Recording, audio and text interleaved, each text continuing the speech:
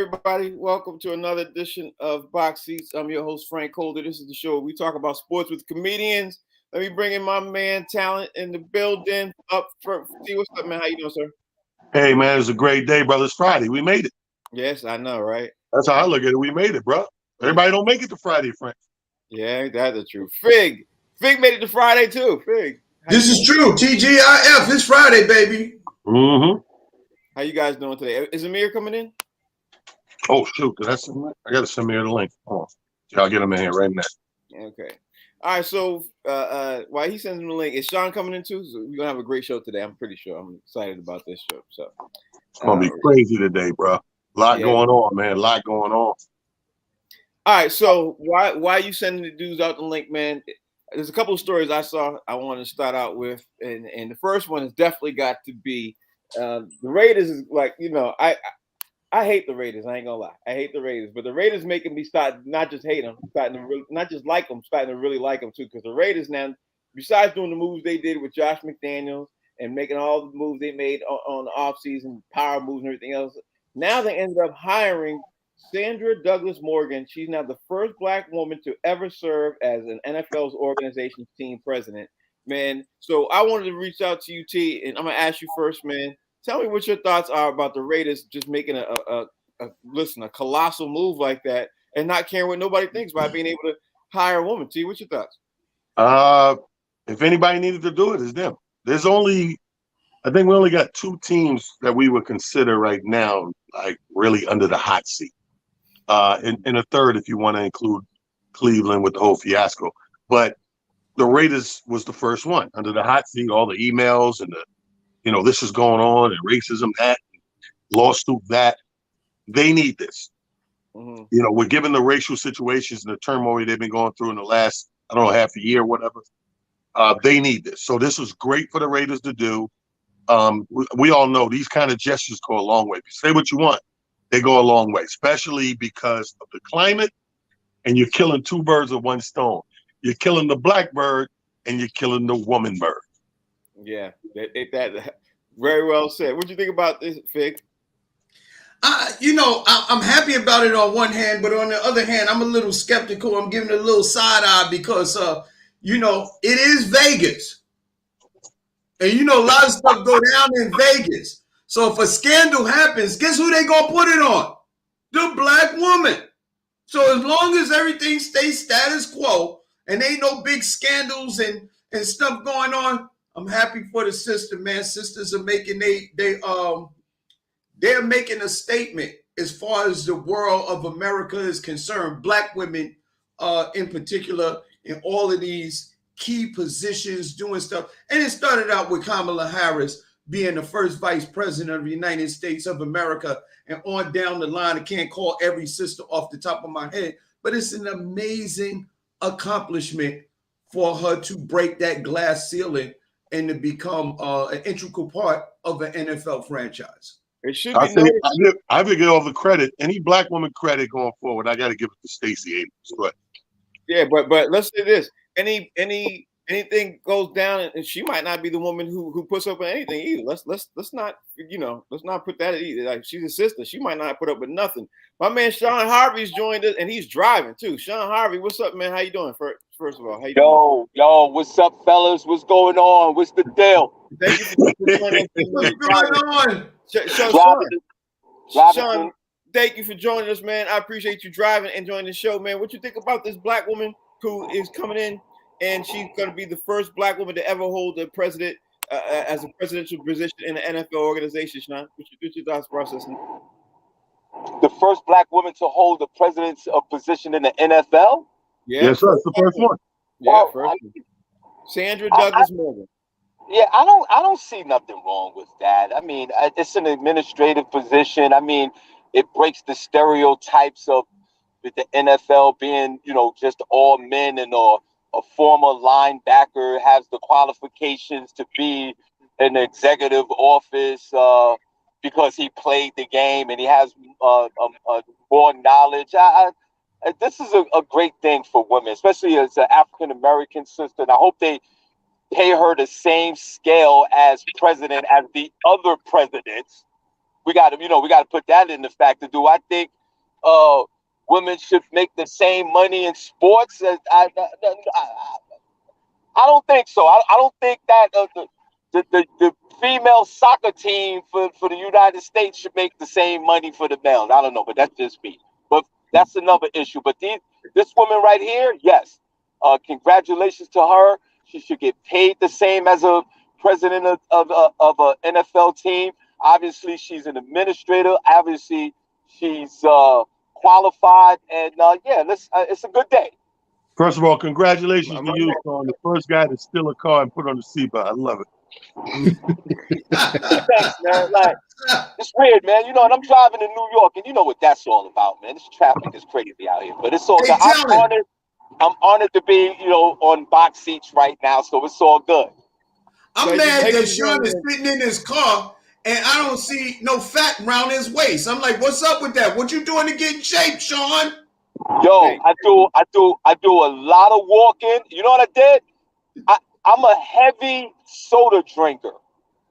Really? I've been drinking soda since the 80s. And what I did, I stopped drinking soda for a whole year. Wow. Like Mellow Yellow? I lost almost 20 pounds. I drink the Coca-Cola with ice, the Mountain Dew, any kind of soda, I will drink it. And I stopped drinking soda. I love soda. Well, thank you for joining the show, man. We appreciate you, man. Amir Sealy's also in the building. Amir, talk to me, man. Tell me what you think, because we up here talking about the Raiders basically making history by hiring a woman as a team president. Man, her name is Sandra Douglas Morgan. She became the first black woman to serve as the NFL's organization, man. And she's making history, man. I know you got 2 cents to add to that. Second of all, thank you for joining us because I know you're in Vegas, right? Thank you for joining us. Yes, sir. And I know it's early out there, bro, so I appreciate you. No, it's all good, man. First off, again, kudos to, first of all, the Raiders organization for, being at the forefront of, something of this magnitude. We often overlook, our counterparts when it comes to, certain positions, and especially in sports that are dominated, predominantly by men. But the reality of it all, there are a lot of women who support the sport, especially football. There are a lot of women who, have teams, they wear the jersey, so forth and so on. So it's kind of cool to know that, again, we're moving in progressive ways to ensure that not only are the women represented in the sport in the sense of watching, but now they're also being represented in the sport of being a part of some of the decisions made to help further the sport. So I think it's an absolutely phenomenal thing. You know what I mean? So kudos.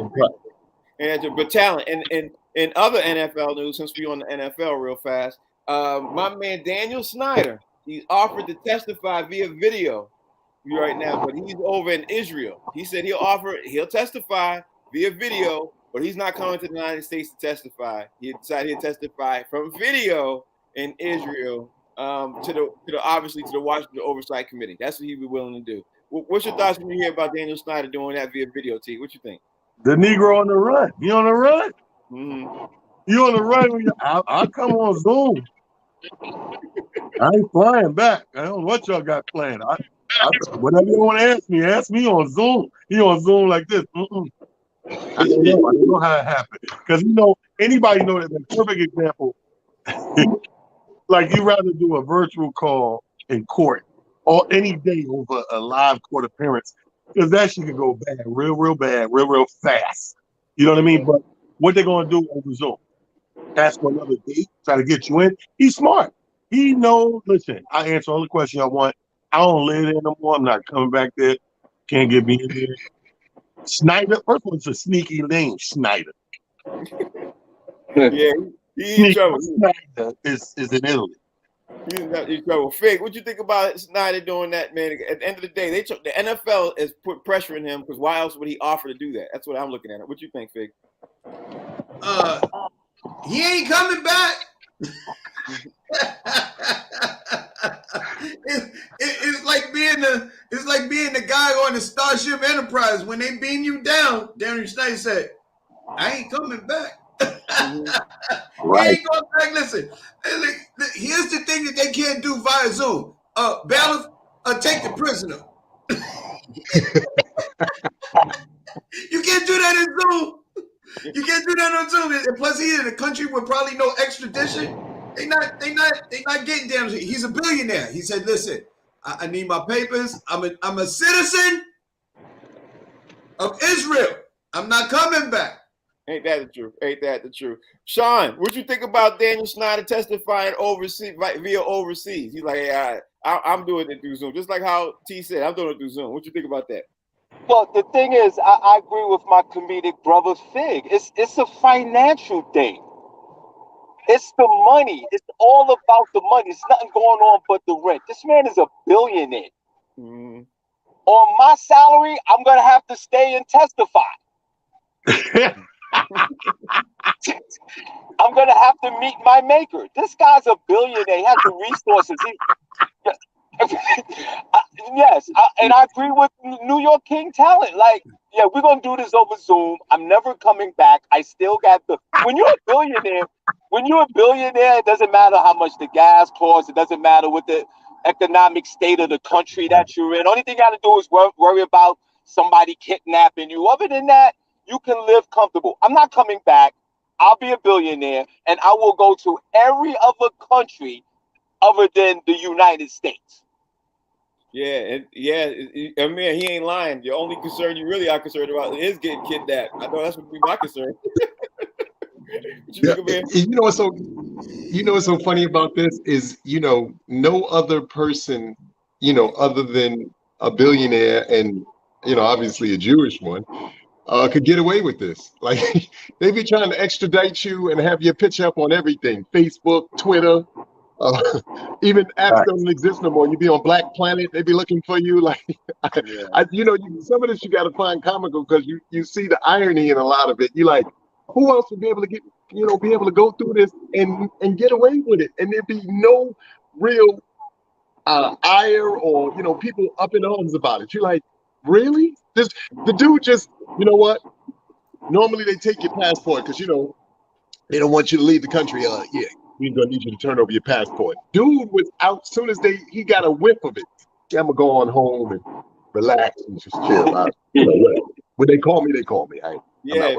But man, he's so rich though he could buy the airport. That might want to get his passport. Like, I'm going to buy the airport. Let me buy the airport, so that won't even be a problem. T, the next story up, and T. I hope you're sitting back for this one.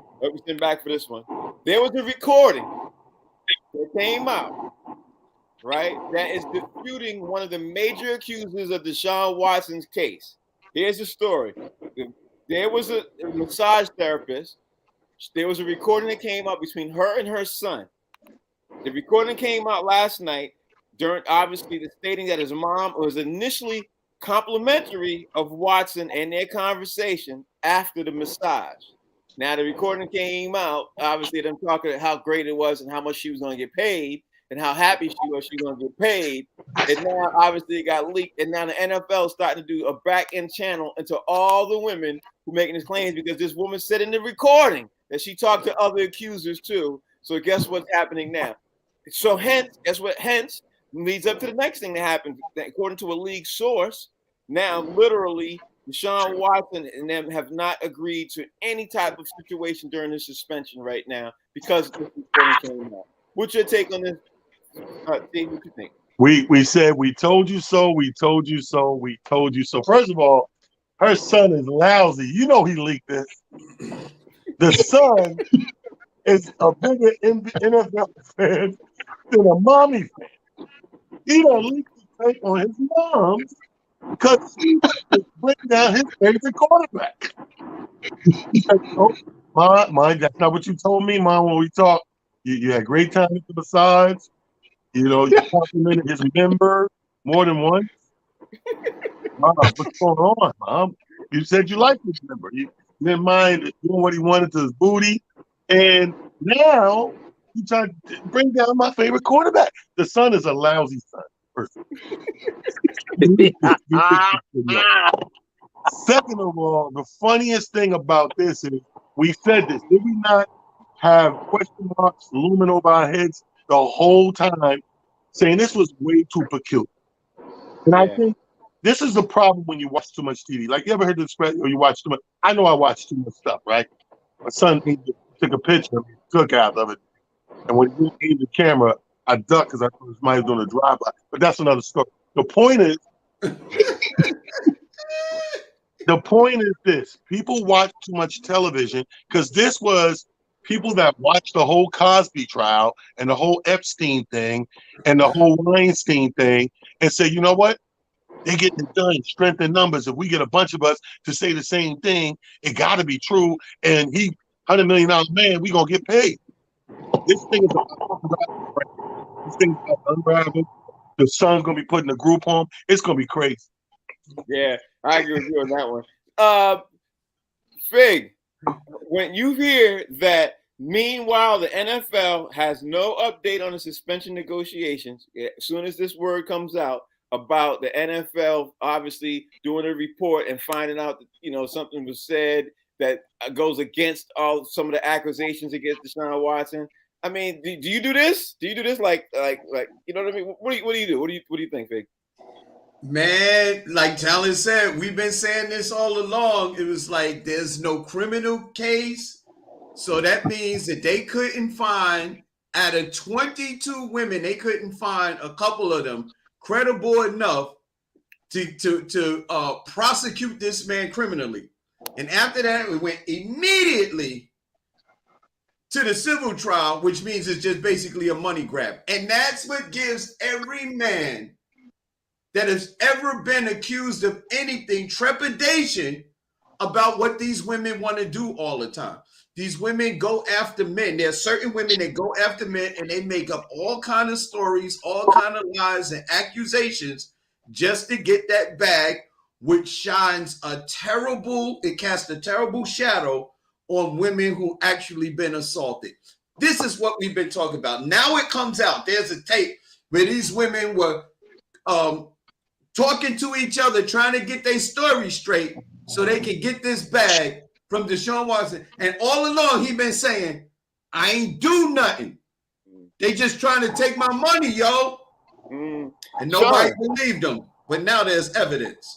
Sean, when you hear about this story coming out, man, what's your take that there was a recording of two people talking, mother and son talking, and literally was all about it? And of course they go against the grain when they want to put their name out there that they're against Deshaun Watson. What you hear? What's your thoughts, Sean? What you think? Right. I agree with the king. Okay, so you're gonna get one or two disgruntled super fans that's going to go against these accusations. But listen, when you hang around the barbershop long enough, you're gonna get a haircut. Yes, sir. Deshaun Watson is nasty. There's no way in hell that we got all these professional football players and all these basketball players and all these baseball players, and he's the only guy that's dealing with these accusations of all these women. This dude is that he's pulling out his penis. I believe all of this. There's no way in hell that this man is innocent of all of this. He's done something wrong. He's done something inappropriate. He's very disrespectful. He didn't give a damn about the training courses for these NBA rookies or NFL rookies on the do's and don'ts of behavior. He should be suspended indefinitely. He shouldn't be playing football. And of course, this is not a criminal case. It's a civil case. It's almost admitting guilt as well. Yes, super fans are going to go against the grain. Everybody's excited now. Oh my God, Deshaun is not guilty. Yes, he is. He's guilty. He's nasty. When I was 25 years old, I got a massage from Mei Ling and them from a car accident. I fell in love with this chick. I was acting inappropriate and I was nasty too.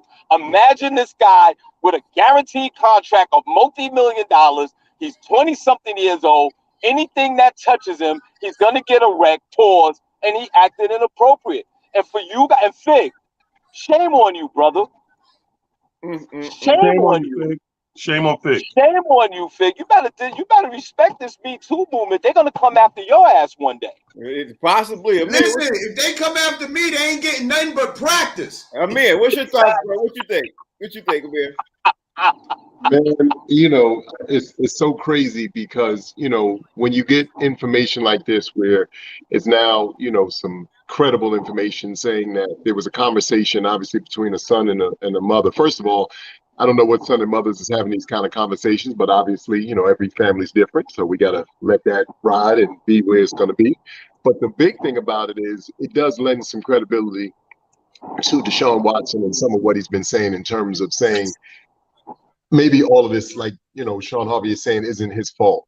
There might be one or two things he did inappropriately, but the way that they came after him, the way that they, you know, started springing people, you know, left and right, we all said from, you know, day one, something about this didn't feel right and didn't sound, you know, 100%. So I guess now, like anything, it's always funny how things unfold over time. And then you really start to get to the, you know, understand what really happened. So we still have some time to go. You know, the season The ain't only here thing yet. we learned from this segment of the show is that Sean Harvey would snitch on all. That's true, yo. I was listening to Jay-Z. All right, so here we go. We're getting ready to jump into the rapid fire. So I'm gonna start with you, T. If we're gonna start with rap, I don't know where that sound is coming from. I don't know if That's Fig playing with the radio. No, okay. The radio? What's the radio? All right, so Was that your phone? the Minnesota Timberwolves ended up rejecting a huge trade offer from the Nets for Kevin Durant, and the word came out on that last night. It appears the Nets made a Durant-based trade offer for the Minnesota Timberwolves that they wanted Karl Anthony Towns, Anthony Edwards, 4 draft picks in return for Durant. That's Anthony Edwards, Karl Anthony Towns, 4 draft picks for Kevin Durant. And the Nets said, that's what we want. Minnesota Timberwolves said, nah, that's not what was going to happen. We're not doing that. Are you surprised too much, asked for too much, or should that deal have happened? What you think, T? No. They asked for too much. Like, here's the thing with teams like that. That's why that rumor swirling about Golden State, because they have enough pieces to make an attractive package to swap. These teams where you got to give up the main guy to get this guy, it's a lateral move, if you will. Mm-hmm. Like if I'm Timberwolves and I need another piece to build, if I give away the big piece for the other big piece, I'm just swapping. So I didn't make any move. I went lateral instead of going up to better my situation. So I understand the turn down of that. That would make no sense for the T-Wolves. That's asking too much. You know what I mean? I can't give up. I don't care who you go to. You can't give up the main guy. That's just not going to work for any team trying to make a move, because all you're doing is a lateral move. Ain't that 100%? 100%. Fig, Russell Westbrook, we all know Russell Westbrook is in talks. A lot of people talking about that he's going to get traded from the Lakers for any piece they have. He's and everything else. Coach Ham has come up and said he's spending a lot of time with him. So the report came out from one of the reporters from ESPN that the Lakers might not trade Russell Westbrook. They might not trade. They might keep him. And then would you be surprised if the Lakers kept Russell Westbrook, Fig? No, and let me tell you why. 41 million reasons why they might have to keep Russell Westbrook. And if I'm a new coach and my last name is Ham, I don't want to be letting out the rumor that I spent a lot of time with Russell Westbrook. I don't like the way that sounds. Ham has been linked to spending a lot of time with Russell Westbrook. Interesting. Sean Harvey, let me pull you up. Sean, Chet Holmgren, Chet. I'm gonna just call him Chet. He came out in summer league. Everybody was like, he's doing amazing. In the next 2 games, he came back to earth. Sean, you still with me? Yeah. Who you said again? Chet Holmgren. The number 2 pick in the NBA draft. Now it looks like Pancho Pialo Banchero ended up becoming really good too last night. He ended up dominating in the summer league. So the question basically is, should we be looking at this NBA summer league as showing out good while we looking at your back seat? Should we be looking at them right now? Or should we be looking at the back seat? While we look at your back seat? Should we be saying that that right now in summer league is a great way to say how these guys are doing, or should we be saying don't judge anybody by the summer league? What you think, Sean? Listen, I've never been a summer league fan. Number one, I'd rather go out in the ruck and watch those guys play basketball. A lot of hype with the summer league. Long as these young folks don't get hurt, as far as the number 1 pick and the number 2 pick, I don't even think the number 1 or number 2 pick should even be playing in the summer league. Sort of like the football players, the starters playing in preseason. You know, they're valuable commodities.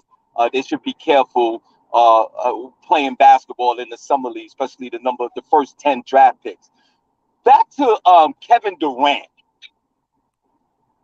Kevin Durant has commitment issues like Sean Harvey in the 80s, 90s, and the 2000s. This is a guy who hoodwinked Brooklyn. Brooklyn, this is exactly what you get. All my New York Knicks fans that exited New York to run to Brooklyn for that big three, I don't want to see you back in New York in that blue and orange ever again. You stick it out with that horrible basketball team that you have right now. Thank God you have Kyrie Irving. You're going to suffer, Brooklyn Nets, and I want you to stay there. Now, for Minnesota to give up the centerpiece of their team to go to Brooklyn for Kevin Durant, no. Kevin Durant is a rich man. Why does he have commitment issues is beyond me. Stay your ass in Brooklyn. The problem with Brooklyn, they should fire the whole front staff, front office. Why the hell is Steve Nash still a coach of that team? That's a whole nother conversation. That's a Absolutely. Yo, Brooklyn, my prediction, 30 wins next year. 30 wins for you. And the Brooklyn Nets fans, who maybe 5% of them are really from Brooklyn, your universal fans around the world, you stay with that team. Because I want to see you as a fan to be committed like I am to the Knicks. I'm a Knicks fan since 1974, and I've been putting up with the BS for years, but I haven't left. Kevin Durant, who's almost a multi-millionaire, he needs to stay his ass put somewhere. Stay in Brooklyn, re-up your contract, and be a man, Kevin. Interesting. Amir, your question, bro, is going to be basically about the Golden State Warriors being really upset about Gary Payton, too, leaving and going to Portland Trailblazers. The words leaked out that a lot of Golden State Warrior players themselves are upset. But the problem is Golden State couldn't make the offer, match the offer, man. Gary Payton was making $1.9 million last season, and the Warriors wanted to re-sign him, but the Portland Trailblazers now signed him for 3 years and $29 million. And Golden State wasn't even close to that, Amir. So at the end of the day, the players could be upset, but until you step up to the plate, Amir, and pay that, man, there's nothing you could do, right? Amir, what's your thoughts on that, Amir? Good question. I think we broke that up, and Wow, I believe in. Breaking up pretty bad, bro. Amir, you breaking up? Oh, can you hear me? Yeah. Okay, go ahead now. Can you hear me now? Okay. I said, if my memory serves correctly, I think we were all saying that there were players from Golden State who might possibly leave because, first of all, they were hot. They just won a championship. And secondly, some of these younger guys, they don't have the gumption to stay put like, players of yesteryear, not because they don't want to continue to win, but guys are also looking at their bottom line. And their bottom line is these guys are not only in it to win championships, but they're in it to make money. The owners are looking to make money. The players are looking to make money. A cat like Gary Payton Jr., this man was looking to make sure he could secure the bag for himself and his family. How you gonna be mad at him about that? Steph Curry and the rest of those dudes are good. They got a couple of championships, and y'all got the bag. This dude is, trying to get to that point in his life. He young. He going through some stuff. He gonna date some bad chicks. That happens. That goes with the territory. So I don't begrudge him. I think there's something to be learned from this. To your point, Frank, a lot of these franchises have to start valuing the players and the pieces that get them to the pinnacle. And you have to come up off the money and pay these dudes. If you don't, then they got to go where the money is. It is that simple. Yeah, it should be noted too that they lost 4 players off their bench. 4 players who were coming off the bench starting literally throughout the entire play. The Golden State Warriors lost 4 of these dudes. You know what I mean? So, What's their name? Fig, I wish you stop blurting stuff out, bro. I come to you. All I said was, what's the name of the player? The 4 players that left. I don't know. I'll look it up. Okay, Or you can look it up, and we'll keep going. We'll keep going. They lost 4 players off of that. All right, so let's get ready to T. You up next. All right, so T, the thought. When I'm going to ask all you guys this question, bro. Here we go. Chicago Bulls star Michael Jordan got interviewed by The Athletic, and he came out and said that Isaiah Thomas officially. It's not that we didn't know this, right? We didn't know this stuff was happening. Isaiah Thomas came out and said that I don't agree with Michael Jordan's story. So he ended up saying officially on the record by talking to Athletic that if you look at my stats at the NBA All-Star Weekend, that Isaiah Thomas literally started freezing me out then, and he said that's when his feelings came out, and he started having hard feelings against Isaiah Thomas way back then in 1985. Isaiah Thomas responded on social media yesterday saying, "Man, stop lying. I wish you'd stop saying that and everything else because that's not it. It was everybody was basically playing ball. Michael Jordan's stats was 2 from 9 shooting. Basically, it's All-Star game. Everybody's playing. It was his first All-Star game, 1985. Isaiah said yes, and Mike said no. So now that you know now that you know all that, right, T? Tell me what you think. What's your thoughts process on? Do you think Michael Jordan has anything to stand on with this? Do you think there's any ground to stand on this, bro? What you think? Well, I mean, anything that happens, you're going to get 2 sides, and then it's whatever it is. His perception, even if that's not what happened, your perception still can easily feel like that's what happened. Like, it's not necessarily a situation where I'm lying or I'm not lying. I can get a perception of something that may not be true. Maybe sometime a guy passes you the ball 10 times in the first half, and then you see it once or twice in the second half. It's not that they made a conscious effort. The game maybe went a certain way. And if you're too high, you really have a leg to stand. If I got the rock and you're 2 for 9, I might stop passing it to that side of the court and go in another direction because everybody's out there balling, trying to get it done. So I think that this is 2 people's perceptions of what may or may not happen and transpire. But again, your interpretation of how it went down, he's a dominant player. And Jordan always had that chip on his shoulder when he first came into the league. And he'll tell you this himself. He was gunning for who was at the top. Right. In that moment in time, Isaiah, Magic, those guys were at the top. I mean, it could be his perception because he was a rookie at the time, but maybe he has a leg to stand on. I mean, Michael Jordan has been saying this for years. That's where and he said there, according to the Athletic article, he's saying that's where his feelings got hard at. He started feeling something from then. Do you think he has a leg to stand on? The thing is that Isaiah Thomas comes off as not the most credible person in the world when you're saying anything about Michael Jordan. And some people would just say, you know what? That's between Mike and Isaiah because they got that history, that negative history. But let's go back and remember what Isaiah's history really is. He had a fight with his best friend. They ain't talked for years in Magic Johnson. He called Larry Bird just an average player. If he was black, he'd just be the average player in the NBA. And if Larry Bird didn't come save his bacon, they would have kicked his behind out of the league then. Now he's talking about Michael Jordan. He mad because he didn't make the dream team. Like, Isaiah, sit down. Just sit down. Because we heard enough. Yeah, well, in Isaiah's defense, they asked him. They asked Mike, and Isaiah felt he should respond. Comedian Sean Harvey, you with me? I'm here. What's your thoughts, bro, when you hear that this thing between Michael Jordan and Isaiah Thomas? Do you think it has legs, or you think Michael Jordan just holding on to something that really has no legs? Because he was 2 for 9. He was 2 for 9 shooting from the field, which means he got 9 shots off. So, what's your thoughts, John? Well, my whole thing is, you guys remember back in the 80s when Detroit was beating the crap out of Chicago, and then Chicago finally eliminated them to go to the finals. And remember when Isaiah and Jordan walked back? Isaiah walked right past the Bulls, and he didn't say nothing. Mm-hmm. And he didn't congratulate. I think that seed was planted right there with Isaiah. I agree with Fig. Isaiah just have problems with relationships with people. Isaiah's not a, I guess he's not a likable guy. I mean, he was a great coach with the Knicks, and I always had a problem with the Knicks getting rid of him as a coach.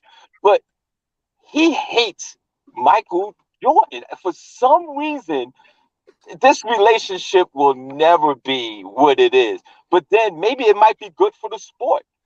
Remember, Detroit and Chicago hated each other on the court. Those were rivals. The Knicks hated the Bulls hated the Pistons, the Lakers was hated by everyone. Everybody couldn't dislike Larry Bird. And these grudges are still relevant with these men that are in their 60s now. Right. I think this is healthy for the game.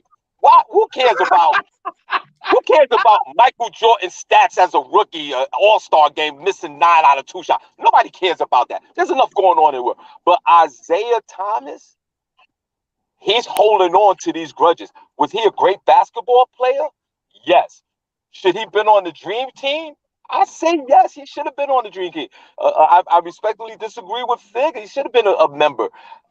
Did he transcend the basketball world? No. But he was a great point guard. That combination with him and Durant was unstoppable back in the day. But he couldn't get over the fact that Dumas. Talent is right. When Jordan came in, he wanted to go right to the top and sever the head of whoever was up there. And that's just what he did. And Isaiah Thomas just can't let none of this go. Isaiah, let this go. But I'm still with you, Isaiah. They should have never got rid of you as a Knicks coach. Right. Amir, honestly, Amir, I think that Jordan's feelings got hurt when when Isaiah was walking off the court. And I think Jordan's never gonna leave that down. And I think personally he's gonna put that in everything. And I don't think it started in the All-Star game. That's my opinion. What's your opinion, Amir? You think it started in the All-Star game in '85? Or do you think it started when Isaiah walked past them when they lost to the Bulls? Amir, where you at with that?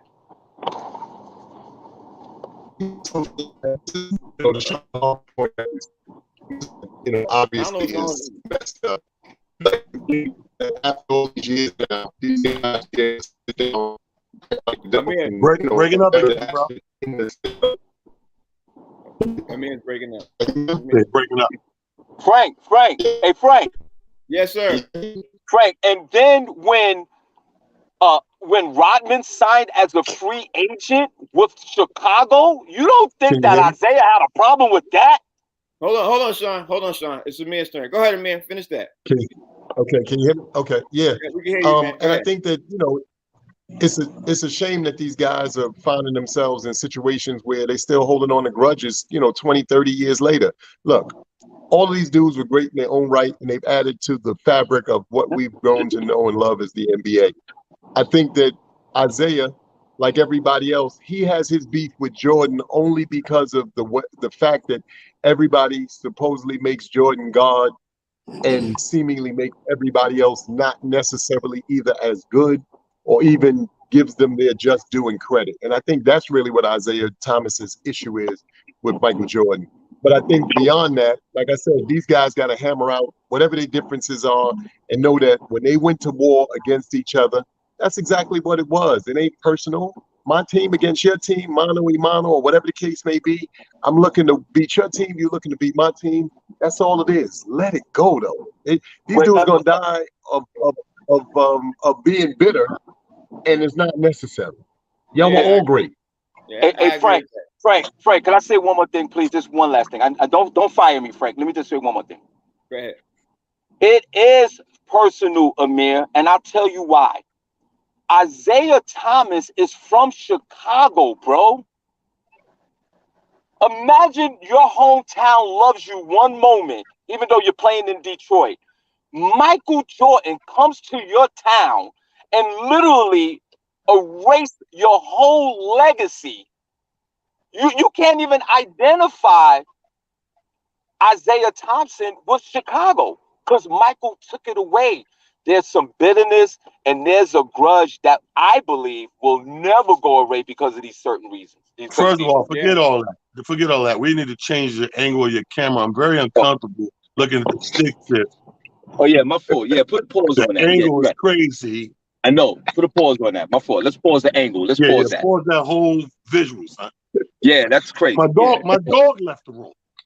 Yeah, that's crazy. You're right. I'm gonna hold the phone up like this now. Good. I'm on the George Washington Bridge, stuck in here for an hour, so we're good. My fault. You're right.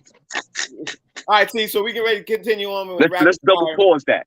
Yeah, we gonna pause that. Now, we get ready to keep this thing on moving. This is another section of rapid fire. So now we're moving on to the NFL. So I'm gonna ask each one of you all separate questions, man, and let's keep moving because time is moving. So with that being said, T, it's your turn up. Yesterday we talked about Cam Newton, and guess what? It turns out Cam Newton is in conversations to be backup, which he said he really didn't want to do at the New Orleans Saints. And we were sitting there saying might not be bad for Cam Newton to come back somewhere, but I didn't see him coming back to be with New Orleans, being Jameis Winston's backup QB. That might be a good look for him because obviously the whole thing is going to be predicated to a running QB. You like Cam Newton being backup at New Orleans Saints to Jameis Winston? What you think? That's perfect. Perfect place to go for Cam. Cam and Jameis are two wounded warriors. They're two part-time quarterbacks, so they're gonna split the season. Right. Somebody gonna found an injury or something to go out 6-7 games in. The other guy comes in, he gives you 6-7. When he tweaked, the other guy be coming off rehab. Perfect. Yeah. Oh, so you like that? You like that move? Okay. He like it. As official. He like that move. All right. So the next move is Jimmy G. Look like that he's being talked about to a couple of teams. So people are waiting for San Francisco to cut him immediately. That's what people are waiting on. And speaking of New Orleans Saints, people want Jimmy G to get down to New Orleans in case Cam Newton's deal falls through and he go down there. Fig, do you like Jimmy G or Cam Newton in New Orleans? So that's the topic right now for you. What do you like, Fig? I'd love to see Cam Newton get another opportunity, but if I had to choose between one or the other, as far as quarterbacks, I'd pick Jimmy G every day because Cam Newton is on the downside of his career, and Jimmy G, when healthy, is a top-level quarterback. There you go again. There it is. Sean Harvey. Sean Harvey. The question that I got for you, bro, is Chicago Bears got a whole lot of high hopes for Justin Fields. People are putting a lot of money on them and everything else right now. Right now, the record book people are saying the Chicago Bears should come out the gate and should be 5-0 to start the season because they have a really soft schedule.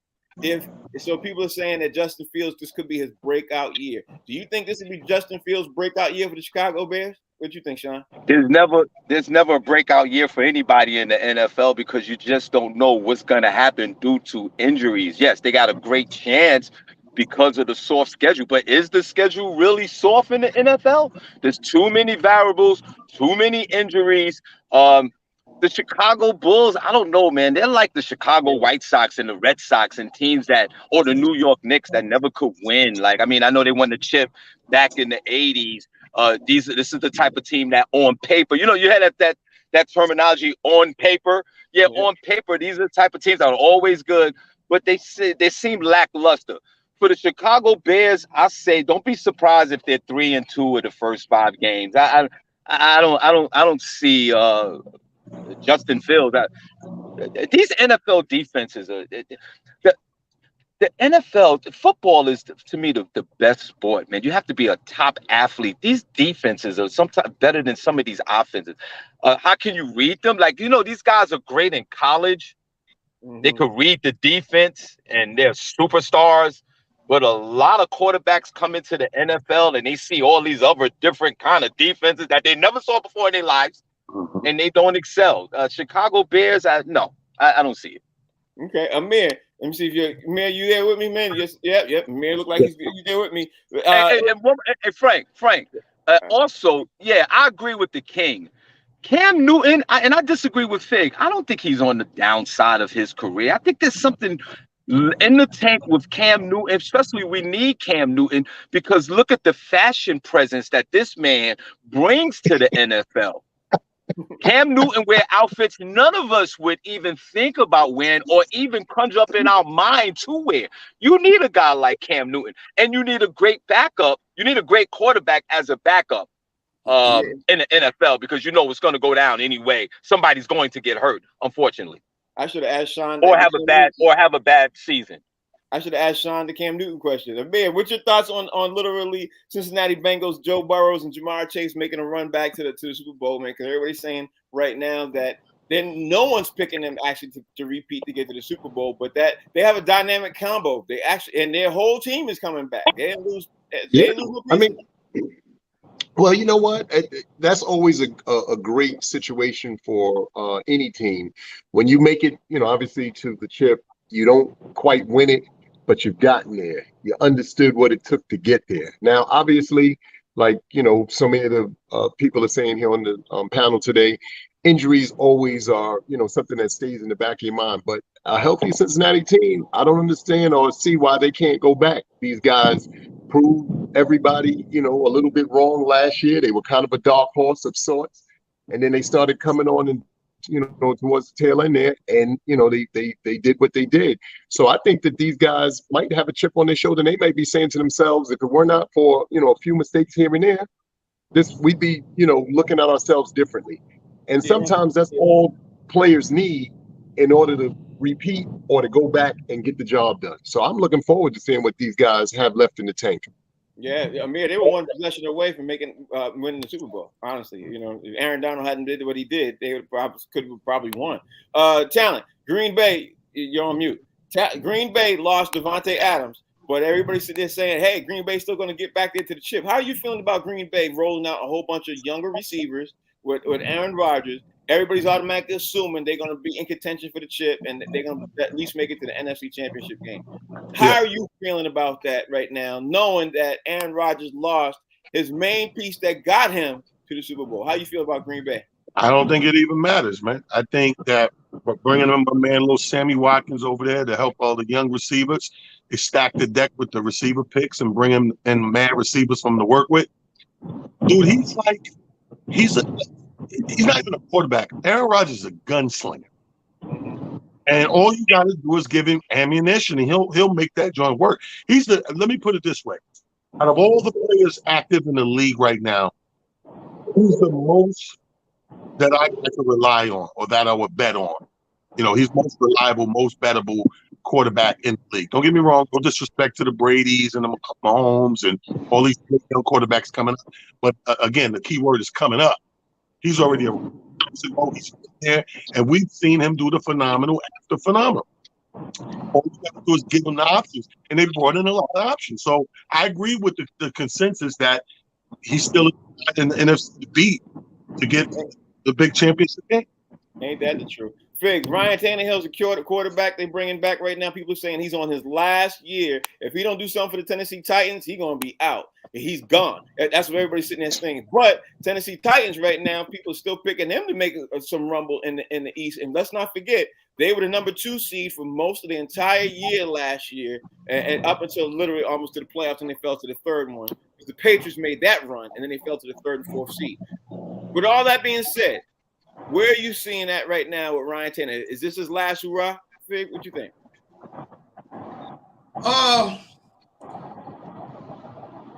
When I think about the Tennessee Titans, I just think about the movie Remember the Titans, because they're much better than the Titans of Tennessee with Tanny on the hill.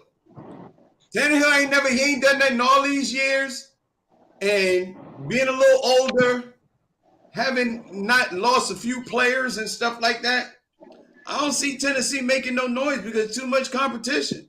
So you think Tannehill's gone if he don't do something this year? Oh yeah, I think they'd get off but you know what? He might not be the starting quarterback of the Tennessee Titans, but this is still the NFL, and he's got the complexion to get the job. So he'll find somewhere to be in the NFL because he's a quarterback, he's serviceable, and he has the complexion to keep on working as long as he's serviceable. Right. Yep. Sean Harvey, the Miami Dolphins lost their first 8-9 games. Then they won an 8-9 game winning streak. They still lost their coach, everything else. So since they lost their head coach last year, Tua's head is supposed to be on the block this year, but they got Tyreek Hill as the wide receiver. So I'm going to ask you this. Is this make it or break it for Tua? And if he doesn't do it this year, do you think they get rid of Tua in Miami? Yeah, Tua. That was the quarterback from Alabama, right? Alabama, yep.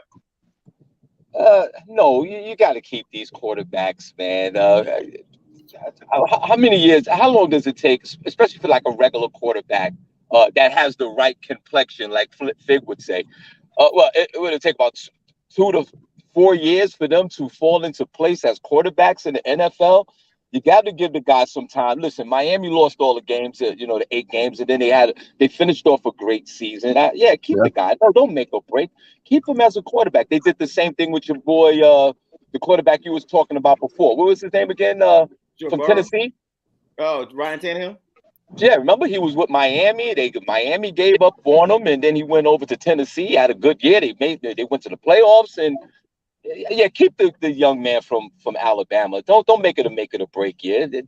I think Miami is going to have a promising year. They always beat up on my Jets. Yeah, they do some things. Amir, the question for you is: do you think the Rams are going to get back to that? Because the Rams, they didn't sign Odell Beckham Jr. He's still sitting up there. They don't have Tua. They don't Mansua. They don't have a lot of pieces that they had to get them to the Super Bowl. They don't have a lot of pieces right there, but it's still only July 8th. You know what I mean? They could get in because training camp starts in 10 days. They literally could add some more pieces. Do you think the Rams are going to make a difference and get back to the Super Bowl this year, knowing what you know now? Well, I think that, first and foremost, like you said, a lot of those key pieces need to definitely be back in order for them to make any kind of run. Without those key pieces, then the trick becomes, is this guy as great a coach as they might be making him out to be? And, right. Obviously that still remains to be seen, because people will be saying that it wasn't just the fact that they added an Odell Beckham or Donaldson, and all those kinds of things. They'll be saying that, it was the coaching that, got them there. So, sometimes the fun part about these kinds of moments is we get an opportunity to see both sides of it at the same time. But I'm mindful, let's put it that way, because you never know with these organizations, that the Rams, if they really want to solidify themselves, at least in this modern day era, because it's pretty hard to get back to championships, as we can see back to back, they got to make sure that they put the pieces in place to get it done. Exactly. So the Rams really need to sign those players and say, okay, let's make another run. If not, then you're looking at them going from a championship team to being the Bad News Bears just that fast. And we like, wow, how'd you do that? You know what I mean? Wow. Look, well, I didn't mean to interrupt you, Amir. It looked like people are saying that Brittany Griner, she might get 5 years. So I'm going to dive into more of this right now. Wow. On the screen. Yeah. So I'm going to dive into this, and we're going to talk about this Monday. If Brittany Griner gets 5 years, bro, that would be ridiculous. We're going to talk about that's about right. That's a year per blunt. Wow, she had 5 blunts? Per blunt. They chart over in Russia, they give you a year per blunt. Or in her case, vape pen, or the cartridge are going. Here's the thing. Yeah, well, you're not gonna serve that time. They're gonna get home. They're gonna get a home. Yeah, but you know what? The problem with that too is it's unfortunate that this young lady got to go through that. But it is correct. Like, when you go to a foreign country, you gotta know what their laws are about. You have to. You can't, have the blunt and then forget the cartridges in the suitcase. And on top of that, the Americans are financing the Ukrainians, and everybody want Brittany out, and I understand that. But on the flip side of that, McDonald's and Starbucks and Disney, they all left the Soviet Union. This is bad timing. And man, in the 5 years, it's all political now at this point. The Russians, they want a prisoner exchange. That's why they're doing all of this. Yeah, they don't have to do this. This is a prison. They want Sergei Sylvanovich, who killed 45 Americans. They want that guy. And then the problem with this that I'm having, even though it might be a good thing that it has the awareness on the other 15 detainees that are there, and one of the family members was like, we didn't get a call from President Biden or anybody else. So this is a quagmire. There's other people over there as well. I'm sorry. Yeah. Sean, we're going to talk about that more, dive in more Monday. You're welcome to dive in more about that. Time is running out for us, man. Amir, look like you in Vegas. I hope you go see some games. To everybody out there, how they can follow, and please put up some information on the weekend about the games, pictures, all that. Yes, sir. We're gonna ask you about the summer league. We're gonna definitely ask you about that. I'm definitely going to try to get out there. I think they're playing the games at UNLV, so I'm going to try to get out and check some of the games, see some of the new players. I'm A-Rock Sealy on IG, Amir Sealy on Facebook, Amir Sealy on Twitter. And I just want to add this real quick. I don't know if any of y'all watched the draft for the NHL last night. Frank, I'm sure you might have tuned in because I know that's the kind of stuff you like. You know what's interesting about the NHL draft is the only black person was the one dude who was the GM. I was watching these kids get drafted. I was like, there was no black. I was like, wow, that's the last Sebastian of just them being drafted and names that you can't pronounce. But I thought I'd add that because it was hilarious. I was like, we don't make in hockey. You don't make the draft. You have to slip on the ice. Yeah, we don't do that. Yeah, you got to sneak out. Thank you for joining the show, man. We appreciate you joining out there. Sean Harvey, thank you for joining the show. I know you're driving, and thank you for taking out the time. Tell everybody out there how they can follow you, bro. Well, first of all, Amir Sealy and NHL draft night doesn't go well with me. Right.